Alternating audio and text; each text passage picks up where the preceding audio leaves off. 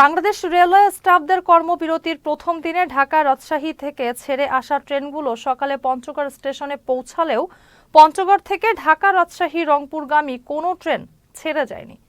এদিকে পূর্ব ঘোষিত কর্মসূচি থাকলেও অনেক যাত্রীরাই এসেছেন ট্রেন যাত্রার উদ্দেশ্যে, আর ট্রেন চলাচল বন্ধ থাকায় বিপাকে পড়েছেন তারা।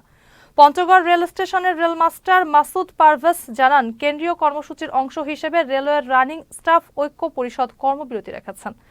আশা রাখছেন সংশ্লিষ্ট ঊর্ধ্বতন কর্মকর্তাদের সাথে সমঝোতা আসলে খুব দ্রুতই ট্রেন চলাচল স্বাভাবিক হবে।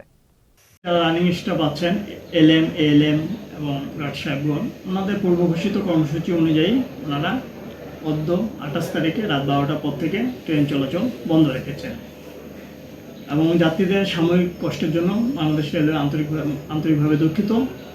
তবে যে সমস্ত ট্রেন ঢাকা থেকে এবং রাজশাহী থেকে পঞ্চগড়ের উদ্দেশ্যে রওনা দিয়েছিল, সেই ট্রেনসমূহ সুন্দরভাবে পঞ্চগড় স্টেশনে ইন করেছে।